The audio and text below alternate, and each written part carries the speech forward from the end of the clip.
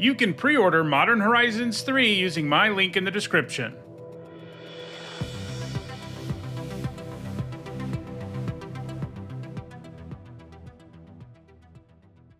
Hi everyone, I'm Hone, and in this video I'm continuing with my Modern Horizons 3 set review. I've already looked at all the multicolored, colorless white and blue cards, and in this video we're looking at black. For each of these cards I'll discuss how I think they'll perform in Limited, that means Draft and Sealed, and I'll punctuate each evaluation with a letter grade. If you're new to my set reviews and unsure of what my letter grades mean, you can find a guide in the description for this video.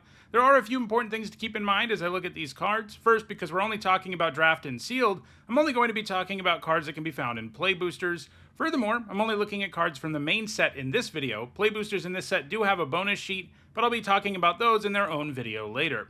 Second, these are my evaluations of these cards before actually playing with them. The goal here is to have my set review done for you in time for the pre-release, and that of course means I'm going to be wrong about some stuff. However, as the format comes into focus, I'll be doing videos where I discuss how things have actually turned out. Lastly, I want to let you know that there is a set review related perk for being a channel member or a patron. You get a spreadsheet with all of my grades once the set review is complete. If that interests you, check out the description where you can find out how to support the channel using one of those methods. Alright, without further ado, let's dive in with a look at all the black cards in Modern Horizons 3. First up, it's Accursed Marauder, which for one generic and a black is a 2/1 zombie warrior at common. When it enters the battlefield, each player sacrifices a non-token creature. Edict creatures tend to be pretty decent, especially if you have graveyard or sacrifice-oriented decks. If you're on the play on turn 2, this will often just be a removal spell where your opponent loses their thing and you lose the Marauder. Later in the game, it can have diminishing returns, but you're also more likely to have something expendable. It is a little annoying that you can't sacrifice tokens to this. That would make it a lot better, but it's symmetrical in preventing you from being able to do that. I think it's a C. Next up, it's Arcbound Condor, which for 2 generic and 2 black is a 0/0 artifact creature bird at uncommon. It's got flying and modular 3. That means it enters with 3 +1/+1 counters on it, and when it dies, you can move its +1/+1 counters to target artifact creature. And whenever another artifact creature enters the battlefield under your control, target creature an opponent controls gets -1/-1 until end of turn. A 4-mana 3/3 with modular and flying is a card you'd pretty much always play, especially because black does have a lot of artifact creatures, but this comes with a nice artifact payoff on top of that, one that can pick off X1s, and if you can get multiple artifacts into play in a turn, it can do more than that, and there are a few ways to do that. I'm giving this a B. Next, it's Breathe Your Last, which for 1 generic and 2 black is a common instant. It says destroy target creature or planeswalker. You gain 1 life for each of its colors. Things costing double black can really hurt how good a removal spell is. We've seen that a lot lately. It just makes it significantly harder to cast consistently when you need it. Most of the time this will kill something and gain you 1 life, but sometimes you'll get 0 because there's a bunch of devoid and colorless stuff in this set. And other times you'll get 2 or 3 because you destroy something multicolored. I think the whole package here is enough for this to be premium, but just barely. I'm giving this a B-. Next up, it's Chthonian Nightmare, which for 1 generic and a black is a rare enchantment. When it enters the battlefield, you get 3 energy counters, and you can pay X energy, sacrifice a creature, return Chthonian Nightmare to its owner's hand, return target creature card with mana value X from your graveyard to the battlefield, activate only as a sorcery. So, this is energy-based recurring nightmare, and energy is a big theme in this set. Every color has a bunch of energy cards. Some are more focused on it than others, but the point is, you might be able to use the energy this makes on something else, and you might also be able to use energy made by something else on this, so you're not just restricted to having these 3 energy counters. That said, this is still pretty bad in Limited. This will basically do nothing far too often. Just getting energy isn't enough, and for this to actually work, you have to have the right amount of energy and a creature in play and a creature in your graveyard to set it up, and that's just asking too much in Limited. It's an F. Next up, it's Consuming Corruption, which for 2 black mana is an uncommon instant. It deals X damage to target creature or planeswalker, and you gain X life, where X is the number of swamps you control. So this will generally do at least 2. But it can do way more than that, and that's a pretty good reason to consider going deep into black. We'll see in this video there are a few other reasons to consider it too, but especially if you have more than one of these, because again, like I said earlier, removal that gains you a ton of life is hard to beat, and if you're gaining like 5 life and killing everything with this, that's like an incredible deal. But in your typical 2-color black deck, it's probably like a C. But if your deck with 12 or more swamps, I think it gets up to maybe a B-, and obviously, if you can go mono black, it's a B+.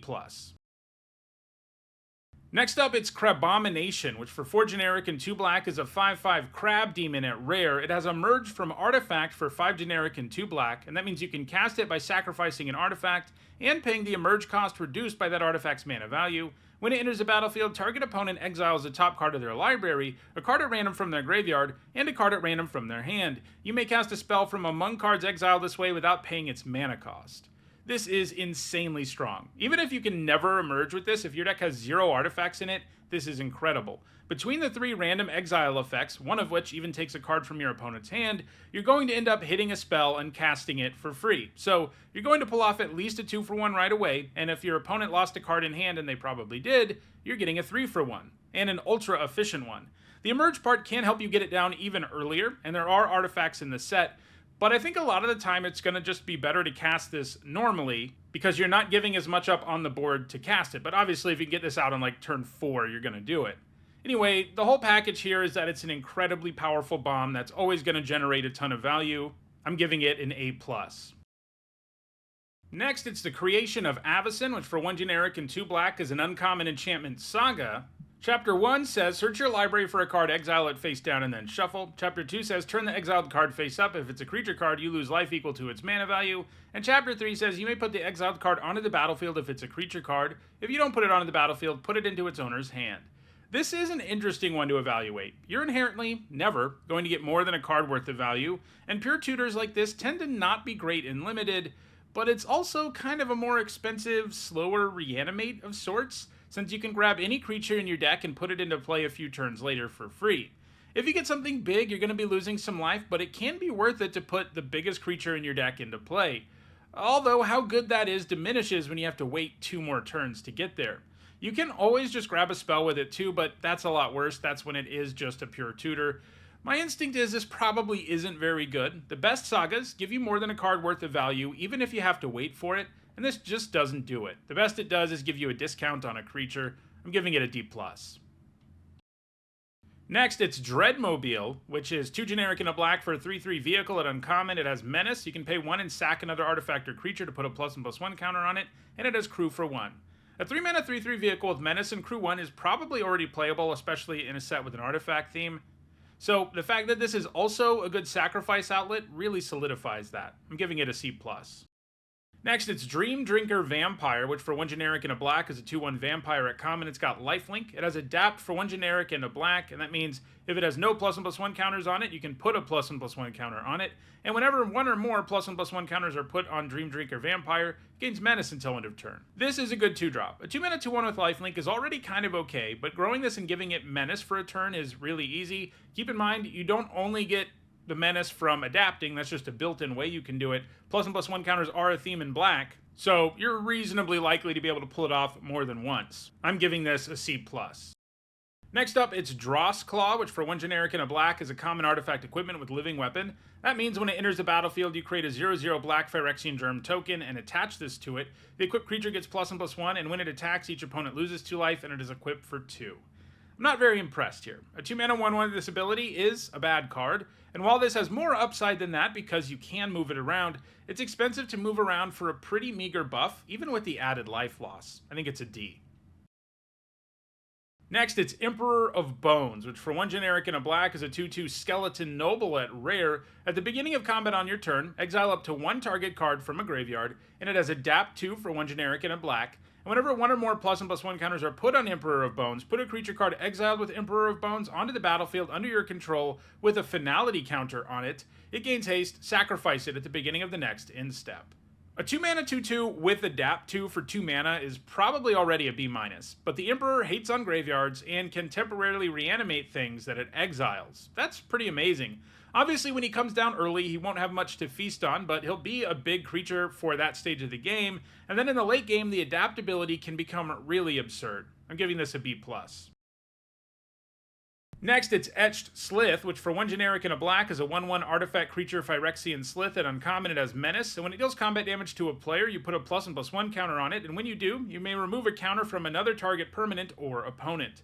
A 2-mana 1/1 with Menace isn't that good, even one that can grow, since getting in with a creature this inefficient isn't all that easy, even with Menace. That said, if you're on the play and play this on turn 2, it is really unlikely your opponent will be able to block it and it'll become a 2/2, and it can sort of snowball at that point. But if you get it later than turn 2, it's really not very good. The counter removal is a relevant effect, but I wouldn't put a ton of stock in it. I'm giving this a C-.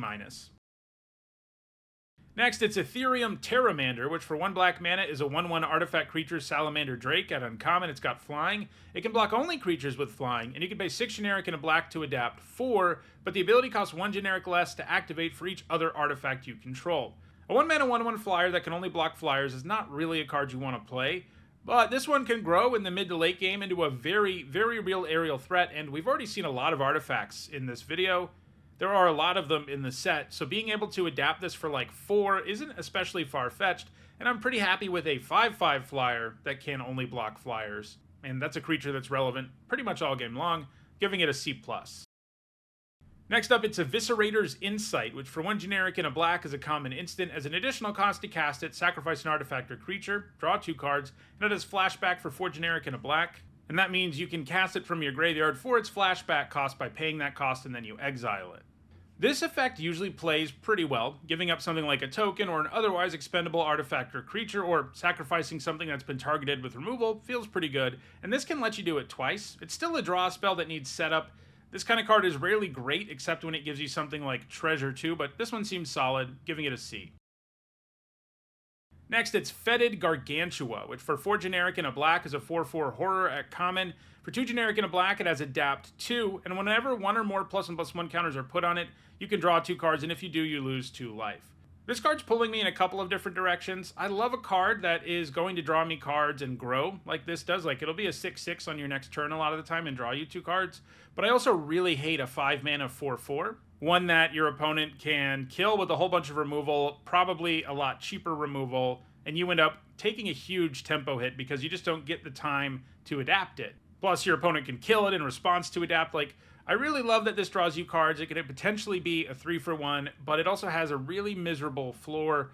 I think that probably makes it a C, although I'll be pretty happy if it's better than that. Next up, it's Flare of Malice, which for 2 generic and 2 black is a rare instant. You may sacrifice a non-token black creature rather than pay the spell's mana cost. Each opponent sacrifices a creature or planeswalker with the greatest mana value among creatures and planeswalkers they control. Usually, this makes your opponent sacrifice their best creature, and that's a pretty solid deal for 4 mana. It won't always be their best creature, but most of the time it will be. So the fact you can fire this off for free and surprise your opponent with it is a pretty sweet upgrade. It's not always worth 2-for-1ing yourself for the effect, of course, but I think the base card is like a C+. So adding in free upside is pretty significant. I'm giving it a B. Next up, it's Gravedigg. For 1 generic and a black, it's a common sorcery. Choose one. Target player creates a 2/2 black zombie creature token, or return target creature card from your graveyard to your hand, and it has Entwine for 2 generic, which means you get both modes if you pay that extra cost. This is a fun reference to a card that was a limited all-star for a really long time, Gravedigger, and in some ways, it's better. You can pay the full 4 to basically get a Gravedigger, but you can also cast it earlier if you need to, and if you have this in your hand on turn 2 and you don't have a 2-drop, you're probably making the token. The thing that this can't do, that the original Gravedigger could do, is loop with copies of itself, but I still like the rate here overall. It's a fine 2-drop when you need it, and a solid 2-for-1 later in the game, giving it a C+. Next, it's Grim Servant, which for 3 generic and a black is a 3/2 zombie warlock at uncommon. It's got Menace. When it enters the battlefield, you search your library for a card with mana value less than or equal to your devotion to black, reveal it, put it into your hand, and then shuffle, and you lose 3 life. And each black in the mana cost of permanents you control counts towards your devotion to black. So if you play this, your devotion will be at least 1. So if you have a few 1-drops in your deck, this is a 4-mana 3/2 with Menace that is going to draw you a card. And oftentimes your devotion will be higher, and you can get something better than a 1-drop. This is another card that will pay you off for being almost mono black, which is kind of interesting. Losing 3 life is a hefty price, but generally going to be worth it to turn this into a sweet 2-for-1, and the body isn't irrelevant either, especially as an attacker. I'm giving this a B. Next, it's Kami of Jealous Thirst, which for 2 generic and a black is a 1/3 spirit at common. It's got Death Touch, and you can pay 4 generic and a black, and each opponent loses 2 life and you gain 2 life. This ability costs 4 generic and a black less to activate. If you've drawn 3 or more cards this turn, activate only once each turn. A 3-mana 1/3 with Death Touch isn't something I'm very excited about playing. It's probably like a D+. Sure, it can trade for anything, but you're overpaying by about 1 mana for the stat line, and the thing that makes Death Touchers so good is how much cheaper they are than the things they can trade with, so every time they add more mana to a Death Toucher, especially a 1-power Death Toucher, it gets a lot worse. The additional upside here is sweet, as it gives you a decent mana sink, and you can get it for free if you draw enough cards, which is the theme for blue-black decks, but this is probably just a C. Next, it's Lethal Throwdown, which for 1 black mana is an uncommon sorcery. As an additional cost to cast it, sacrifice a creature or sacrifice a modified creature, and equipment, auras you control, and counters or modifications. Destroy target creature or planeswalker. If the modified creature was sacrificed, draw a card. Bone Splinters is always decent-ish, but never great. The modified creature upside is interesting. The problem with Bone Splinters is often that if you don't have a token or something, you just 2-for-1 yourself to kill something, and that's not very good most of the time. So normally, you need a token or a card that does something when it dies or whatever. In this case, you can break even on cards if you sacrifice something modified, but only sort of. Chances are, if your creature is modified, you use some other effect to make it that way. So you're potentially still giving up more than 1 card worth of value to do it, so you kind of still end up behind. I think this is probably just a C-. Next, it's Marionette Apprentice, which for 1 generic and a black is a 1/2 human artificer at uncommon. It's got Fabricate 1, which means when it enters, you can either put a +1/+1 counter on it, or make a 1/1 colorless servo artifact creature token. And whenever another creature or artifact you control is put into a graveyard from the battlefield, each opponent loses 1 life. A 2-mana 1/2 that makes a 1/1 token is a card you always play, especially with an extra ability, and the same would be true about a 2-mana 2/3 with this extra ability. You're just never going to be unhappy when you play this card, and when you play it on 2, you're going to feel like you're really doing something. I'm giving it a B. Next up, it's Mindless Conscription, which for 2 generic and a black is an uncommon enchantment. When it enters the battlefield, and whenever you draw your 3rd card each turn, amass zombies 3. Put 3 +1/+1 counters on an army you control. It's also a zombie. If you don't control an army, create a 0/0 black zombie army creature token first. So on a basic level, this is 3 mana for a 3/3 zombie army, and that's an okay deal, especially because if you can get your card draw going, as you're supposed to be able to do in blue-black, you either grow that zombie, or if the original zombie is no longer with you, you get a new one. I really like that it gives you passable value up front and then can really threaten to be an engine. I think that makes it a B-. Next, it's Necro Dominance, which for 3 black mana is a mythic rare legendary enchantment. It says skip your draw step. At the beginning of your end step, you can pay any amount of life. If you do, draw that many cards. Your maximum hand size is 5, and if a card or token would be put into your graveyard from anywhere, exile it instead. So this is a fixed Necropotence, and while it's certainly worse than one of the most powerful black cards of all time, it does have some potential. Using it to draw multiple cards a turn is likely to give you the fuel you need to kill your opponent before Necrodominance kills you in many cases, but there are some problems here. First, the fact that it's triple black is not a small thing. Getting that mana in play can take quite a long time in 2-color limited decks. Second, if you get this late when your life total is low, it may as well not exist. Both of things limit just how good Necrodominance can be. So it has this really high ceiling, but kind of an awful floor too. I think I'm going to start it out at a B, but with the caveat that you need lots of black sources to make it work, and some life gain really doesn't hurt either. If you can draft mono black with Necrodominance and some of those consuming corruptions we saw earlier and that creature that cares about devotion, that starts to get interesting. It's probably like an A in a deck like that. But I think a B does a good job of reflecting both the upside and the downside of Necrodominance. Next up, it's Nethergoyf, which for 1 black mana is a star, 1+ star, and it's a mythic rare Lurgoyf.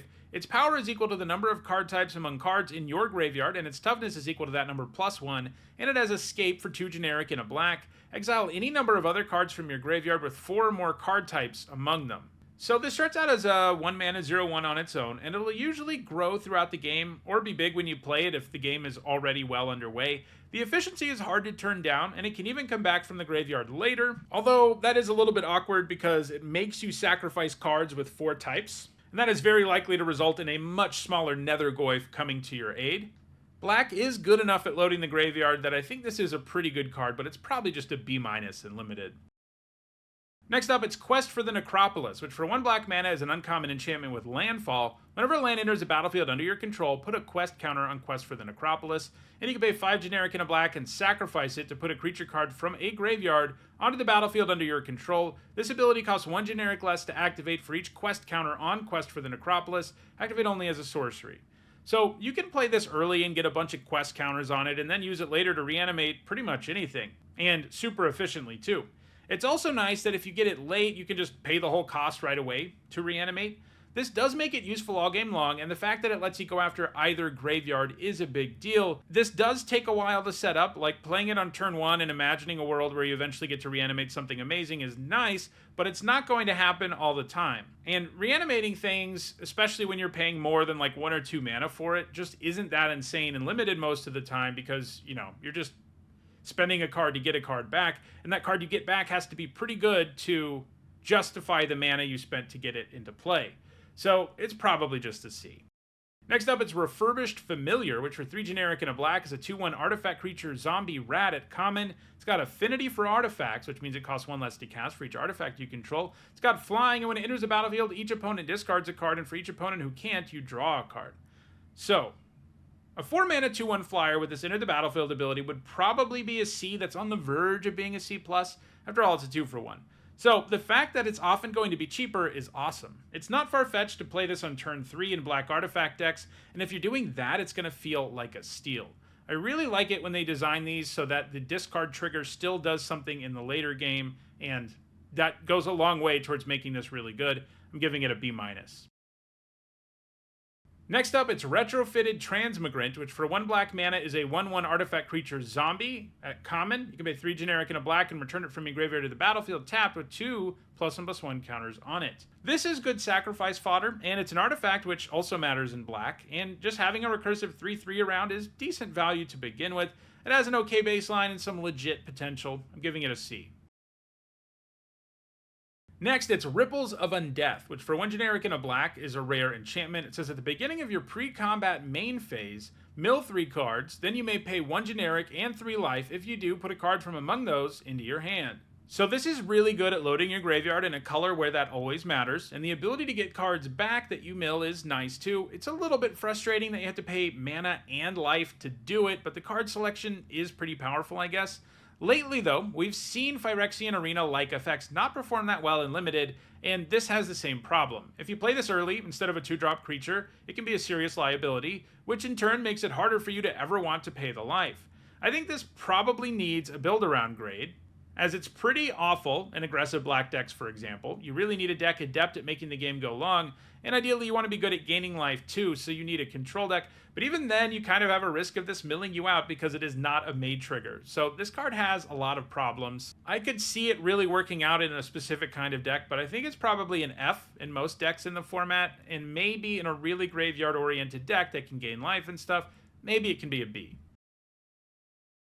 Next, it's Scurrilous Sentry, which for 3 generic and a black is a 2/3 Human Knight Rogue at common with Menace. When it enters the battlefield or attacks, it connives, which means you draw a card and then discard a card. If you discarded a non-land card, put a +1/+1 counter on this creature. I love Connive, and a 4 mana 2/3 with Menace that loots on ETB and attack is pretty nice, and Connive is basically a better version of looting. Connive also works well for the card draw deck and the decks that care about modifications and +1/+1 counters. So this seems like a real bread and butter common for like all the different black decks. I guess it doesn't do anything with artifacts, but you can't have everything. I'm giving this a C+. Next up, it's Shilgangar, Sire of Famine, which for 3 generic and 2 black is a 6/6 legendary creature Elder Demon at rare. It's got flying. You can sacrifice another creature to make a blood token. If you sacrificed an angel this way, create a number of blood tokens equal to its toughness instead. You can pay 3 black-white hybrid mana and sacrifice 6 blood tokens and return each creature card from your graveyard to the battlefield with a finality counter on it. Those creatures are vampires in addition to their other types.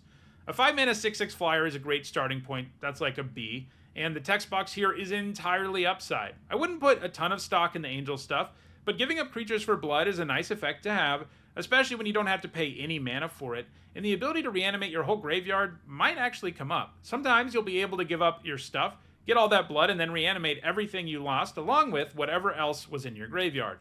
That's not going to happen all the time, but it is going to happen sometimes when you play Shilgangar, especially if you're on like a board stall. It's at its best in black-white decks, both because you're more likely to have angels and the activated ability will be easier to use, but this is efficient enough and has enough upside that I think it's a bomb, giving it an A-.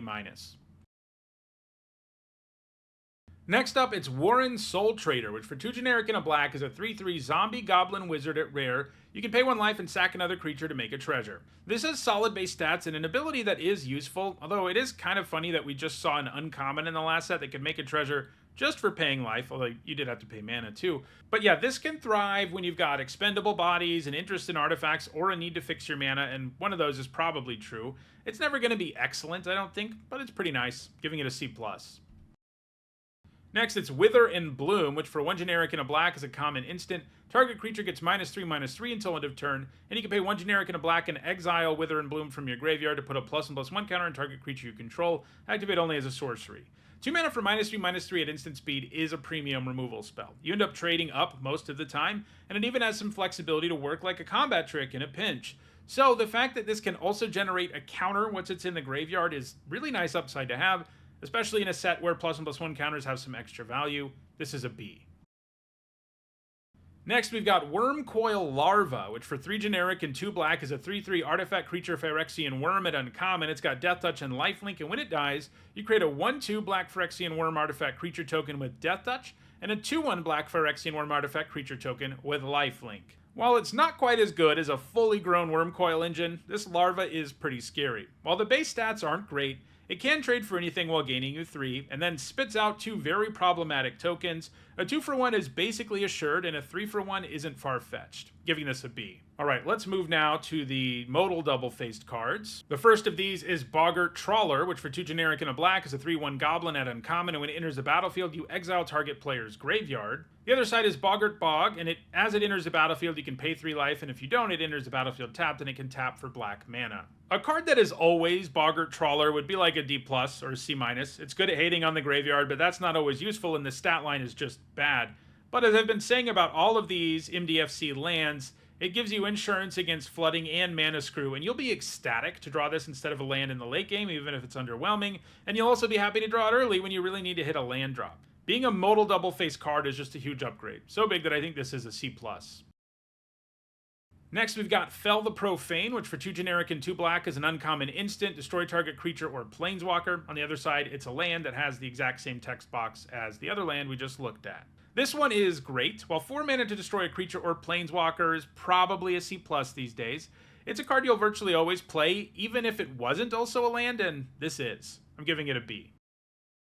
And then our last black card is the double-faced card that is not a modal one. It's a traditional double-faced card, and it's Sorin of House Markov, which for 1 generic and a black is a 1/4 legendary human noble at mythic rare. It's got lifelink and extort, which means whenever you cast a spell, you can pay black or white, and if you do, each opponent loses 1 life and you gain that much life. At the beginning of your post-combat main phase, if you gain 3 or more life this turn, exile a Sorin of House Markov, then return him to the battlefield transformed under his owner's control. And he comes back as Sorin Ravenous Neonate, a 3 loyalty planeswalker that also has extort, and a +2 that makes a food token, a -1 that deals damage equal to the amount of life you gain this turn to any target, and a -6 that gains control of target creature. It becomes a vampire in addition to its other types. Put a lifelink counter on it if you control a white permanent other than that creature or Sorin.